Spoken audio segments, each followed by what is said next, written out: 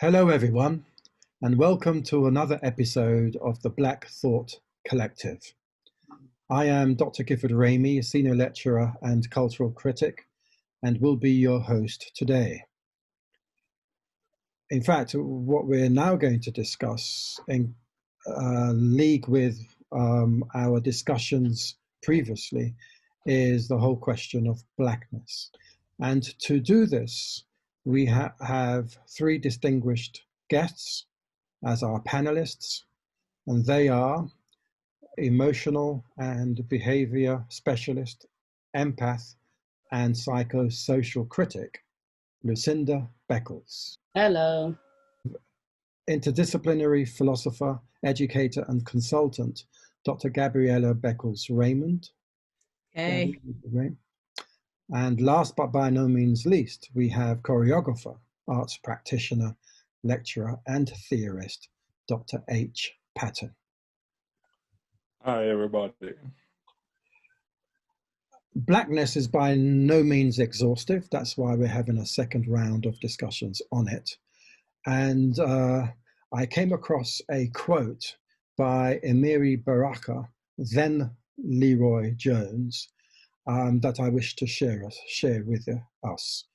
And the quote is, "An idea of theatre had come to the blues, and this movement towards performance turned some of the emotional climate of the Negro's life into artifact and entertainment.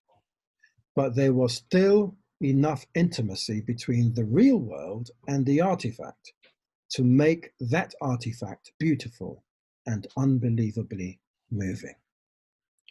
Baraka, a rising civil rights poet of the Black arts movement in the early 1960s of America, saw the Black aesthetic, that is the Black expressive culture, as a political act that would rally the consciousness of African Americans to the revolution needed to bring about their emancipation from the oppression of white supremacy. And what is significant about this quote for me is this. Baraka seems to be saying that no matter how powerful the gaze of whiteness is to fix what they see as blackness and thereby circumscribe its agility or its agency, no matter how powerful that gaze is, and no matter how successful that oppressive attempt is, there is still sufficient dynamism, agility, and agency in blackness to express itself and to be felt and to be known. In other words, there is still enough of the oomph of blackness to excel and to exceed its expectation. And in light of that, I'm now going to ask or pose our first question. And Gabby, I'm going to put the first question to you, if I may. Mm-hmm. And the question is, what does black or blackness mean to you? Oh, well, I'm actually, I didn't know where you were going to go with the who you were going to pick in terms of quotes, but it's a perfect place to kick things off, because I was actually going to kind of preface my comments with the point that you can't understand what I'm about to say about what blackness means to me if you reduce blackness to race. And I think when we heard the different speakers in the panel last time, this kind of theme came up again and again, is that for me, blackness is defined on its own terms in reference to what blackness means to us. And so for me, actually, quite contrary to whatever the white gaze has led us to feel, like, to me, blackness is goodness. And I mean goodness in the sense of I'm an ethicist, so when we're talking about goodness, we're talking about the highest ethical ideal. So to me, blackness is the best of everything. It's what's beautiful, whether that's aesthetics, kind of artistic aesthetics, as Baraka was talking about, or it's to be on the right side of moral history. It is to be the people who have brought the most joy to my life personally. So here I'm kind of going between, do I come at this as Dr. Gabriella Beckles, you know, philosopher of race, or just Gabby who's lived this life in the world and the moment that we're in? And it's a bit of both. So for me, Blackness is actually everything good that's ever happened to me has been in the name of, in the context of, through Black people, through Blackness. And so to me, Blackness is goodness. Okay. And so goodness in through Black people, is that what you're saying? No, but not reducible to Black people, not reducible to the notion of identity as it's mapped onto the human body. It's a spiritual, ethical ideal as that is lived through the embodiment of Blackness, but that is much bigger than that. So for me, it's everything. Okay. If I wanted to say, it's everything. Well, for me, it's interesting what in terms of both the quote and what Gabby has said, because for me, you have Blackness and you have Black. The word, when we look at Black, although within the world that we live in now, Black is always placed in relation to white, and Blackness is placed in relation to whiteness. But then, if we look at Black as a visual artist, I started as a visual artist, painter and sculptor, and I know that when painting, if you put all the colors together and you mix all the colors, eventually you get Black. So Black subsumes everything. Black is the thing that enables everything else to stand out. As a visual artist, I could slap on the paint, I could put blocks of color, and it looks abstract, but then I get my black paintbrush or a black pen or marker, and I start to mark around the splashes of paint that I've put on, and all of a sudden you see that blob that was there becomes a face. And then the little white blob that was in the middle of that blob, I draw around it, the black pen turns it into an eye. And so therefore the black actually puts things and draws things into perspective so that it starts to define things. So Black for me is about subsuming, being all-inclusive, but also helping to define everything else as well. And also, if we start to look at it even in terms of race, there's a quote I wanted to give very briefly by James Cone, who's seen as the father of liberation theology, where he says the purpose of Black theology is to make sense of Black experience. So the purpose of Black theology is to make sense of Black experience.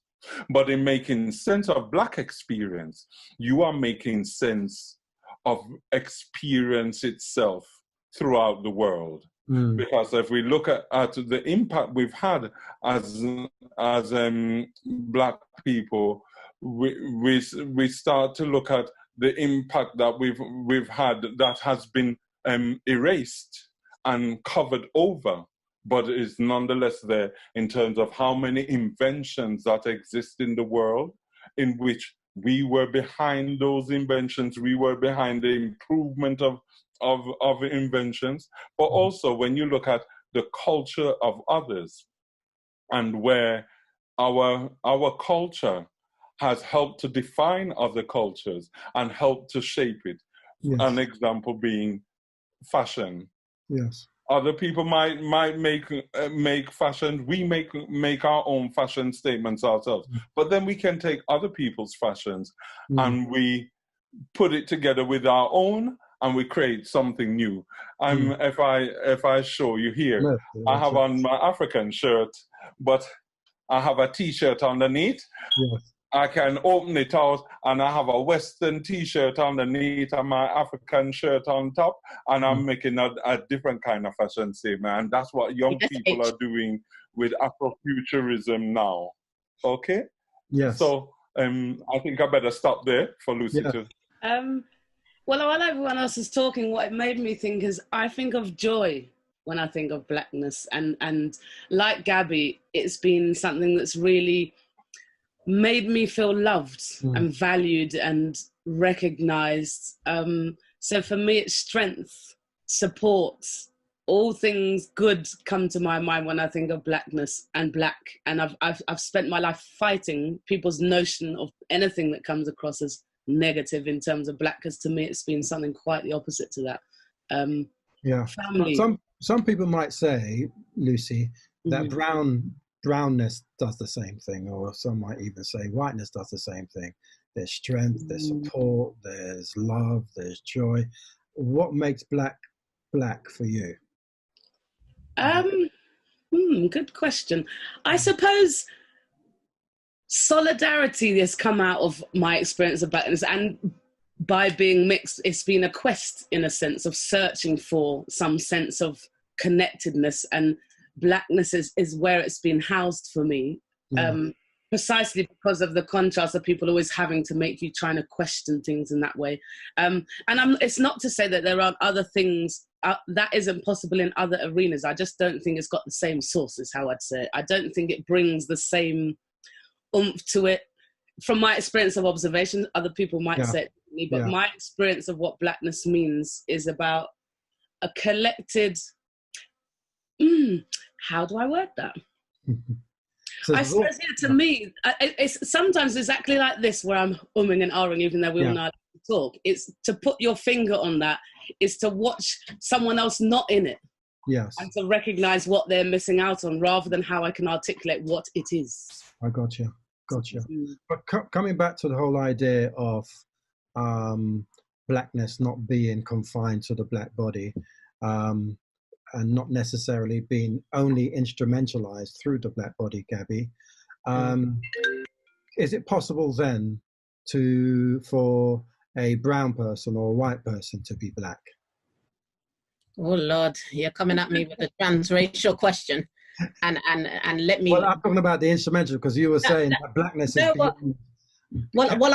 think one, I'm glad you asked it, because I said today we're not going to skirt around that question since there's two of us looking pale in the room, so we're going to talk about these things. And for me, the question is a red herring question. Okay. Because, and the reason again why I kind of preface my comments was saying, if you only understand a conversation about blackness in terms of race, you're going to be very confused by the way this conversation goes on, because a conversation about blackness in addition to race amongst a group of black people is a different kind of conversation than what you can have with a group of people who include people from other so-called races, right? And so there are a multitude of ways to conceptualize and understand blackness. Equally, and not necessarily the same, there are multiple ways to describe and conceptualize a race, right? And including the fact that we all know kind of race is a social construct, and people want to talk in academic circles of it in that manner, even as they fail to recognize that actually the ordinary person on the street doesn't take it to be a social construct. They take it to be a biological reality, whether that's true or not. And so the conversations about whether blackness can consume whiteness, can it be housed in a non-black body, and so on and so forth, for me, are born out of a conversation that isn't a genuine question about blackness. It's a question about race and racism, more importantly. And can I, as a non-black person, whatever that definition means, can I actually profit from the things about blackness I like without taking on the racism that comes with a racialized understanding of blackness? And so the answer to that is, well, you go ahead and ask yourself, is that the ethical thing to do? You go ahead and ask yourself that. Do you think, what is your motive for wanting to describe yourself as black in the sense that you understand it? Well, firstly, what do you understand it to be? And secondly, what's your motive for wanting to consume yourself in that category as a black body? So for me, my guiding matrix are not an attempt to pinpoint precisely, because as Lucy just showed and we'll probably all attest to, Black is indefinable. If we take it on our understanding, it's a spirit, it's a feeling. So if you don't have that feeling, I can't give it to you, and there's no conceptual definition that will get you there if that's not in your soul. Okay. That's not, but if so can I just finish? So what I want to say is that we must not conflate. It's very dangerous to conflate a conversation about Blackness with a conversation about racism, because that's a separate conversation, related obviously, but I'll leave it there, but we'll pick it up and talk about solidarity. I was actually going to, no, don't leave it there. Yeah. Because I think this is important to flesh out. I honestly do. Yeah. It might be wholly sorted in your mind, but the whole point of this conversation was to actually share and to compare notes, so to speak. So no matter how we express, define, describe Blackness, the reality is that Blackness lives in an anti-Blackness world. Yes. Yes. So, so how do you negotiate that?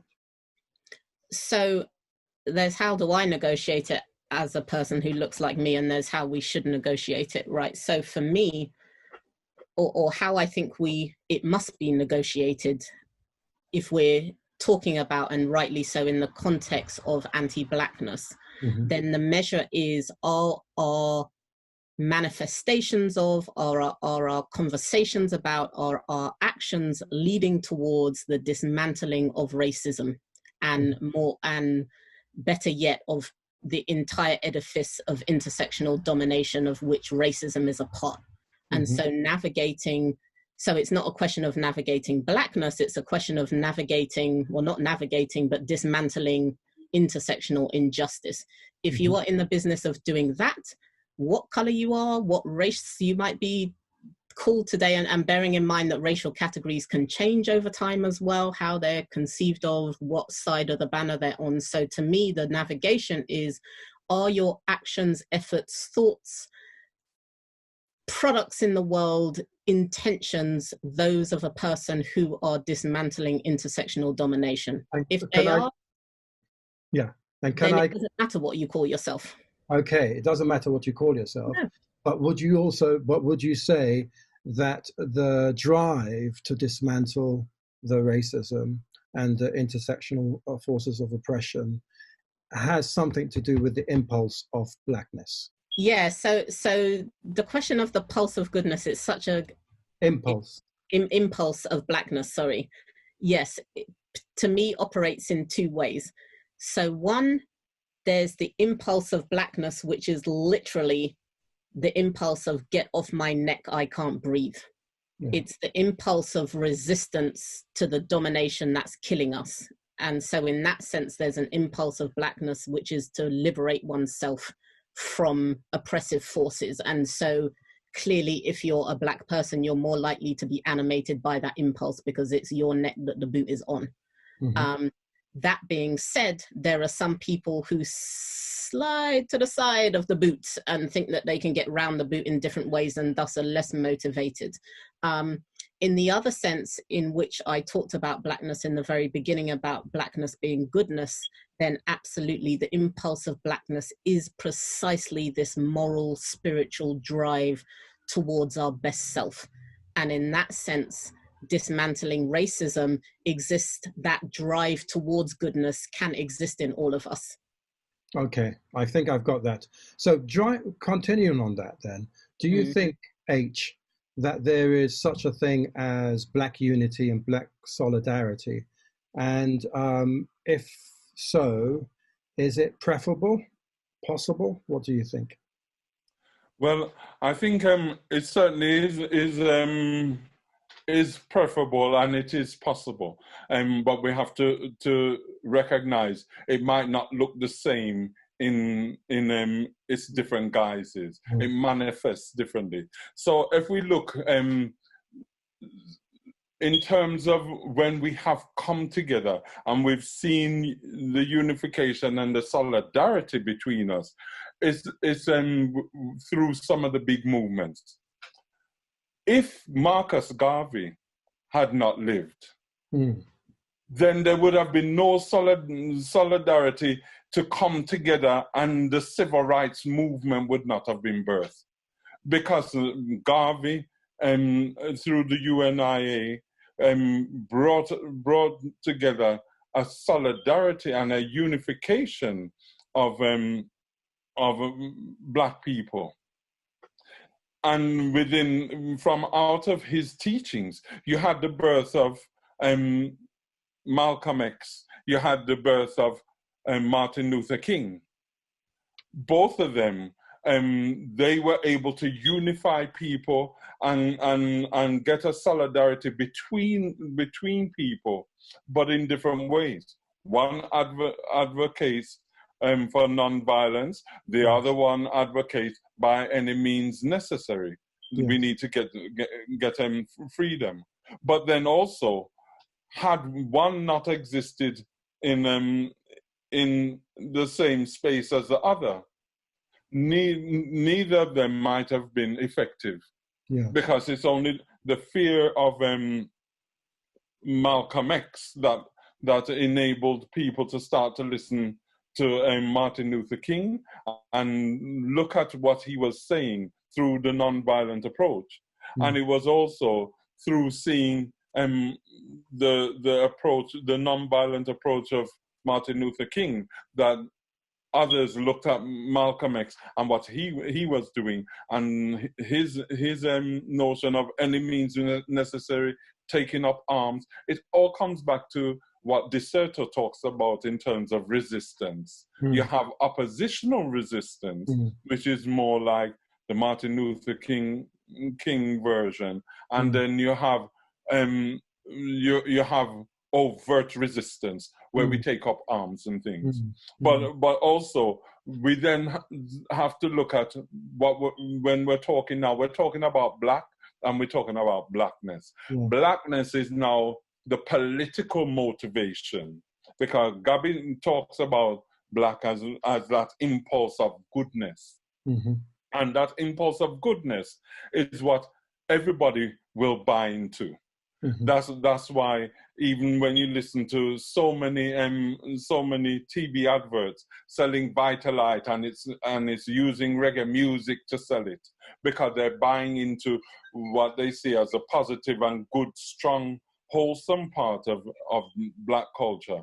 But Blackness now, a lot of people start to run away from that, because Blackness now is a political thing, and Blackness is about having to take a side to show, are you on the side of the good or on the side of the bad? Are you an oppressor or are you a liberator? And when those choices come about now, then that makes people uncomfortable, because there's a lot of people who sit in the middle and they don't want to make a choice, but they're quite happy to exploit what they see as the good elements of Black. Okay. So I classify that as loving to see the Black cultural expression, but taking it as a shadow, because they're okay to see the shadow, but they don't want to see the real us. As long as we're not in the room, they can take the shadow of us. Okay, so but in the sense you're saying there are different expressions of that. Blackness. What do you think, Lucy? Well, I was going to come back to what you were talking about in terms of solidarity, and on a more individual level, or on a family-based level, like Black solidarity, the barbecue, or the jam, or the rave, or that kind of coming together in solidarity is real. And it's evident, and that's, I suppose, what H is talking about, in the sense that people want to take things. They're happy to come to your family barbecue, but they might want to not know your dodgy uncle. It's that kind of thing. They want to take the bits that they like, or let's go to carnival, but just for today. So there is a Black solidarity, and I think a lot of that is precisely come out of the oppressions and the hardship that people have had to find collectedness and support for themselves outside of the remits of what we're supposed to be able to find support in. So I think that Black people have all manner of different ways of showing each other solidarity, although it's also something that's critiqued as, oh, we can't be solid to, like, I don't know, build ourselves up. But actually there's many examples of how Black people build each other up, but the negative narratives that surround Blackness make it not be seen or heard in the way it might be lived as someone who's Black. Yeah. So I find, like, I love little things of solidarity, like the little black nod that you get on the street. Yeah. Just acknowledgement through the eyes, or that I'm very aware other cultures don't recognize or see, or they notice it and don't understand what it is. So there's different gestures and ways in which solidarity can be given and seen in different ways. And I think what's nice about Blackness or Black people is their ways of finding new ways and unconventional ways of expressing wonderful, great things that are not necessarily acknowledged by the systems around us. But that's exactly it. I don't give a damn. We're doing our own thing, like H was saying with the clothes, and we're making it ours, and you can't take it.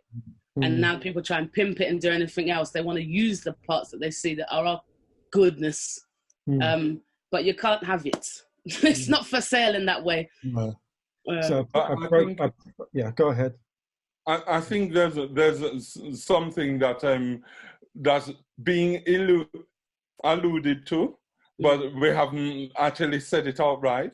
But I think there's that thing that a lot of people connect with, and that thing that, as Lucy said, people might want to pimp, etc. And that thing that Gabby talks about, can't quite put a finger on it. I think that's part of what creates the solidarity, because our solidarity comes around through spirituality. Yes. And the spiritual connections that we make with each other, whether it is somebody who's a Christian or Muslim or a Rasta or a revivalist, all of them, within all of these different groupings, they all come together because they recognize where the spirit touched them. Whether that spirit is in the dance hall, in the middle of the dance hall, where everybody start to dance clouds and all the hands in the air, or they started everybody doing a linga and you see the feet going around, or if it's in the church, when everybody in a revival church and they start to trump and you say everybody moving together, or if it's in a Pentecostal church, everybody's singing and tambourine knocking. And there's that sense of togetherness, the unification and solidarity is recognizable. You cannot ignore it. Well, I was taken aback really by the movements of that, and I think you're right. I think Gabby, you wanted to chip in. Yeah. There's two things that kind of linked with what H and Lucy have said so far that I really want to touch upon. One, I think the language of solidarity and unity kind of confine us to, and this is what I think Lucy was pushing back on, a kind of politicized notion of those terms, which I understand the framing of and the use of, but become confining. And this is what I mean by that. So once we start talking solidarity in the political sense, you get, and I want to push back on you, H, here, you kind of get narratives of the kind H gave, where it's male figures that come to the fore, and we begin to imagine unity in these political, structural kinds of ways, which are very gendered, and fail to recognize the kinds of things Lucy was talking about, these smaller acts of togetherness, and also not just the small acts of togetherness, but that really rewrite the historical narrative of what our large-scale social movements actually look like. So when we're talking about all the figures, the male figures H talked about, there was a trailer load, a whole army of Black women behind those male figures, and it's the male figures that get valorized in the historical picture. And so the danger of that is not just that the erasure of Black women's history, but also that it gives us a completely distorted picture of how social movements have come about and how and why they've been successful. And it is those acts of sitting round a dinner table that, you know, which is why you get the Combahee River Collective and talking about the significance of the kitchen table, right? I remember being in a talk with Angela Davis where she talked in the 70s of where she was like, it was a handful of people. There wasn't unity in the sense that the majority of people, Black people, were down for what they were doing, but a handful of them cooked some cheap spaghetti in someone's basement and they talked about the revolution and what they were going to do. And so there's both this kind of need for, I think, to demystify what unity looks like. And when we call it political and use that language of solidarity, it becomes this big nebulous structural thing that seems unattainable, when actually it is the acts of us all making the kinds of connections that both H and Lucy talked about. Dining tables, talking about not what was on TV, but how we're going to transform the world that we're living. You know what I mean? So that's one thing that I want to push at. I also think that the question and the debate amongst Black people, are we unified enough? If only we were unified more, we'd get things done. And I think for me, the question is not, do we need unity? It's rather, what are the conditions and what is the basis of the unity and the solidarity in which we are that we're calling for? And I mean that in this sense. Oftentimes we are far too simplistic with our rendering of Black unity, such that it sidelines all kinds of other questions that are central to the notion of Black liberation.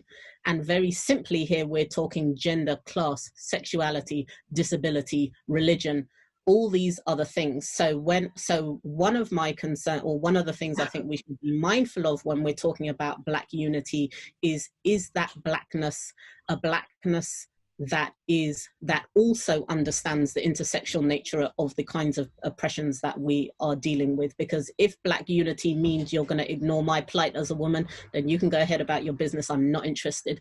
Likewise for all the other kind of identities and characteristics that are part of that interlocking system of domination. And so to me, the more important question is, what are the conditions of solidarity, and how do we set an agenda for solidarity and unity, if we're talking now in the political sense, that really will deliver liberation for all people, for all of us, firstly.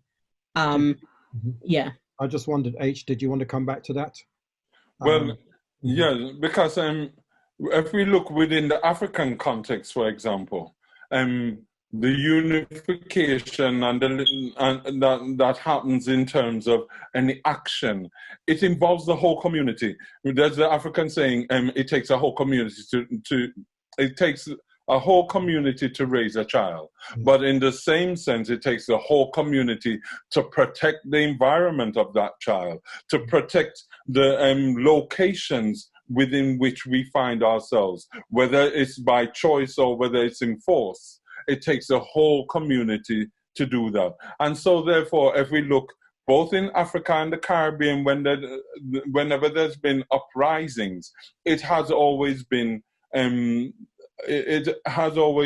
unified attempt where there's roles for everybody, male and female working together. Children even have their role to play in it. So it's not a case that, although when we look at civil rights, etc., we have these great male figures that are there at the forefront. Yes, we are still aware that there were the great females as well who were serving there and made it all happen as well. And it does begin, for example, when Shaka Zulu used to go to war, the women would dance and they have their role to play, where they play with their shields and their dance hits on the shields, whilst the men will be stamping with force, so that the earth is shaking and the sound of the shields clashing sounds like thunder coming down. And so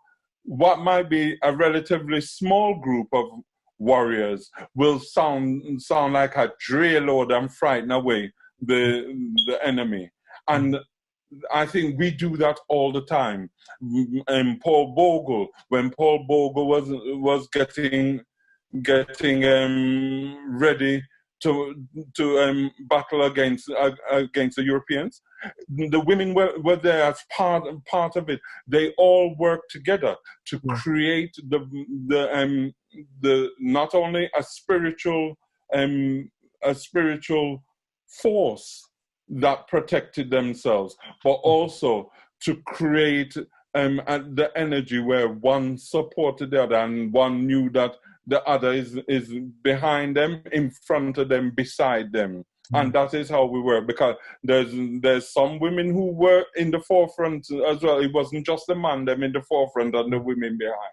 You had women in the forefront, man in the forefront, women beside, man beside, and we moved as a nation. And so, therefore, in terms of blackness, I think we have to look at that, and we do have to recognize that the women serve a particularly important role, because many times there might be the one and two man that is valorized and placed in front, but there was a whole army of women who were doing the day-to-day ongoing. When we look at civil rights and the whole bus boycott, there were so many women who had to walk miles and miles. And so I'm not saying that it's that our liberation is done by the men. It's done by all of us.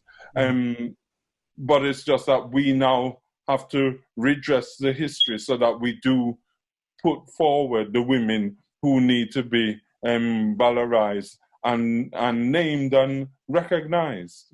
Okay, Lucy, you wanted to come in?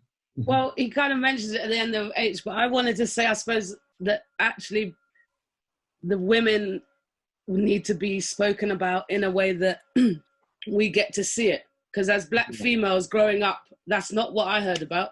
Like, you're aware of it because you've educated yourself on it. It's not the global picture.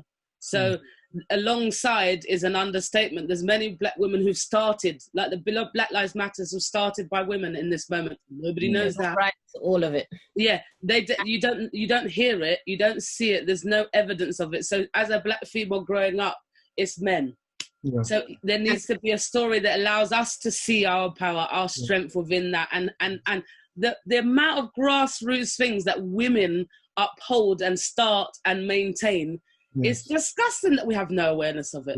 Yes. And that's within Black people. Never mind before you get to being educated. Just within Black people's own historical knowledge, they don't big up women.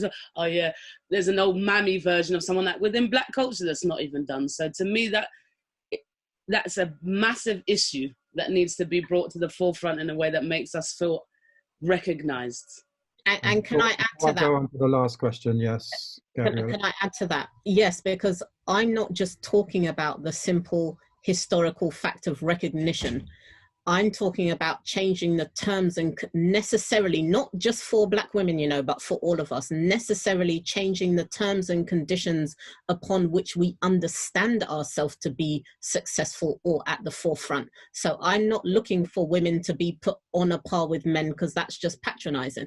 I'm talking about reimagining what we understand unity to look like, such that the narrative isn't just, oh yeah, but you were there too. Oh, well, gee, thanks. I'm talking about a framework or frameworks that allow us to recognize different kinds of success, that allow us to strategize in different kinds of ways, such that we don't see this division between the political and the personal, because this has been a long-term kind of, I'm bored of saying it, the relationship, the personal is political. So we have to not just recognize when women step into what are understood to be male structures within society, but that we have to understand the interconnection between all our structures, so that we understand politics isn't just when people take it to the streets. It's the decisions you make when you feed your children. It's the decisions you make when you buy your child a toy for Christmas. It's the decisions you make whether you knock on your neighbor's door. Those are acts, those are political acts, as much as is taken to the streets or signing a ballot box. And so I'm talking about not divisions between, because I know what you're saying, H, you're talking about the actual facts on the ground. The reality of life is that we all have to muddle in this mess together, right? Whether we like it or not. The question is, how do we codify that? How do we describe that? How do we frame that such that different genders because it's the same question of race. It's the devaluing of certain categories of people above others. And if we reject that in terms of racism, we must also reject it not just in terms of gender, but in terms of sexuality and every other ism in terms of religion. It's the devaluing according to certain criteria, categories, and characteristics that we must resist. And to loop it back, that's what I'm talking about, Blackness as goodness. When we can do that, that to me is Blackness. Well, I think you hit the nail on the head when you said to loop it back, because I wouldn't say to loop it back, to create the circle. Yes. Because with the circle, none is in front, none is behind, none is at the side. We're all part of one thing. And with that circle, because remember, at the end of the day, we all have to recognize, no matter how great each and every one of us are, we have to remember, even those the greatest men.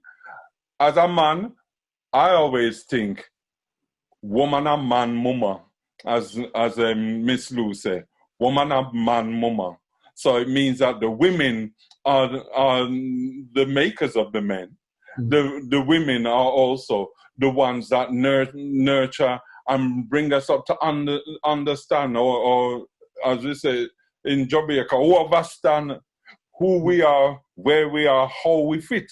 And so therefore, all of this is about all of us beginning to realize our power and step into that power to know that we have to create our own structures. Because at the moment, when you talk about Blackness, whether it's black and blackness, the political and the spiritual and the cultural all coming together, we have to create the structure in terms of what does that look like, what does that mean for us. Because that's why I use the term, within my work, I use the term the corporeal dancing body, because I'm talking about dance. And corporeal talks about the fact that this body is like a corpse. It has been, everything has been taken away from it. It has been raped. It has been, it has been marginalized. It has had other things implanted on it. And as Fanon says, that we view ourselves in relation to the white gaze. And so therefore, we have not constructed a notion of who we are. We construct notions of who we are in relation to whiteness. And until we move from that position of constructing ourselves in relation to whiteness, because whiteness is always forefronted then, we're always going to be in this sticky situation. We have to stop categorizing ourselves in relation to anything else, and we have to start creating the categories for ourselves, so that we move from where we are centered, just like how others move from where they are centered. Yes.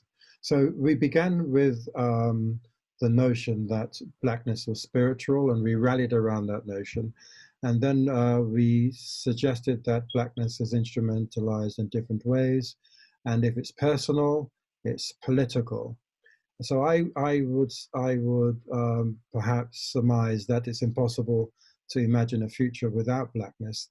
That being the case, how are we to understand, and in a sense, this conversation is already moving in the direction of this question that I'm about to ask, how do we understand Blackness in this current historical moment?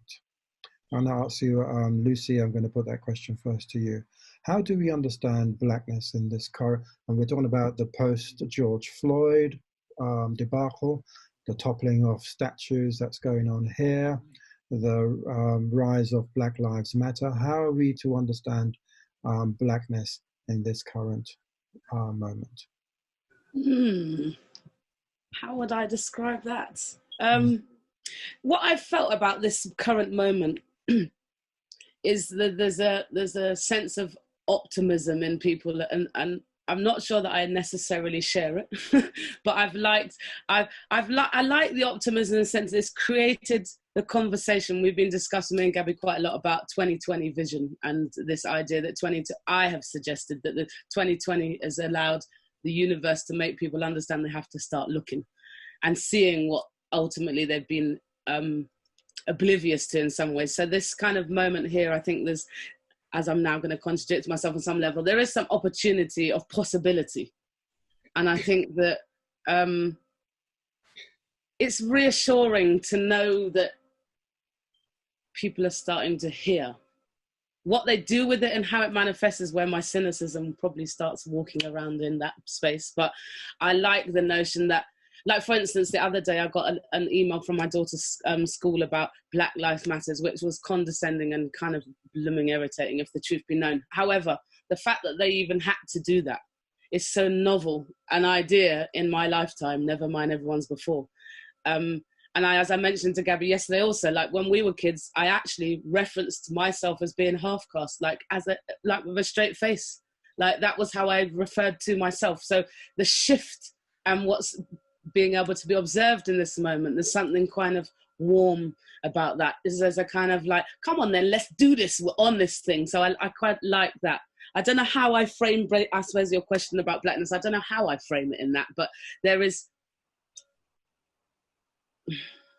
something heartwarming about things having to be said and not dismissed in the same way it always has been. In the sense, oh, it's race, I can't talk about it. Or it's this, but no, you're impacting my life. We need to talk about, oh, no, I can't do that. Or I've got a black friend, or whatever the line is that comes with it. So I feel that this space is making it have to be looked at. Whether they look with the right eyes and whether they need to go to Specsavers in the meantime is a different conversation. But I like the fact that it's bubbling and it's present and people are coming to the fore who have got things to say that are constructive and maybe even like this group. Yeah. Whereas before you might have talked within it yourself and you would have done things and no one would have seen it. It's becoming more present. Yeah. So I like the idea of that for my kids. I like what they might see. And so I like that sense of blackness in it and the solidarity that we were referring to. There's some sense of it coming to the fore in a way that I think it's nice to be a part of. So is the spirit of blackness, Gabby, is this spirit of blackness, does it have anything to do with this, with people either jumping on the bandwagon of the moment or being engaged or opposing? What do you think? I think the way I read this moment is actually similar to how I might read any other moment, in that it's one drop in the ocean of this march of history, and that whilst clearly it's a very public, certain issues are being presented in very public kind of ways, such that the kind of responses we're seeing from schools, universities, businesses, churches, whoever, are making public displays. I think that the issues that they're making a display about are hundreds of years old. But me, I think you can call it the cynic in me. I said, I've been here so many times before. Mm-hmm. And like each time it feels like this one is the one, and then nothing happens. Because in terms of racism, I think it's difficult for me to sum it up because Gabby kind of summed it up so eloquently, and I can't sum it up as eloquently as she just did. But you see, historically, we have moved from moment to moment, era to era, but in each movement, we have always been in a position where we can look at ourselves and we have an understanding of where we are and what the goodness And the goodness that Gabby spoke about at the very beginning, we have an understanding of what that is and what that means to us and how to connect with that. But the problem is, others, they haven't seen that, they haven't accessed it, and I dare say they never will. Mm. And so the idea of breaking down the pillars of racism, it's going to be an ongoing journey. And as I think Rita Marley and Bob Marley, they did sing, "Who feels it knows it." Yes. We will always feel it and we will know it. But others who don't feel it don't have to recognize it, that don't have to deal with it. Yes. It only comes up when we bring it to them, but it's not something they live and feel. So it seems to me, on that note, we're about to close now, but it seems to me that given that blackness is a spiritual force, that it behoves us, to use an American phrase, to actually hold on to that and allow its spirit to drive us. And for therein lies the hope, therein lies our future, which will not dim because it's in us. And in spite of what happens around us and against us, its force will carry us and propel us and impel us and propel us to go forward.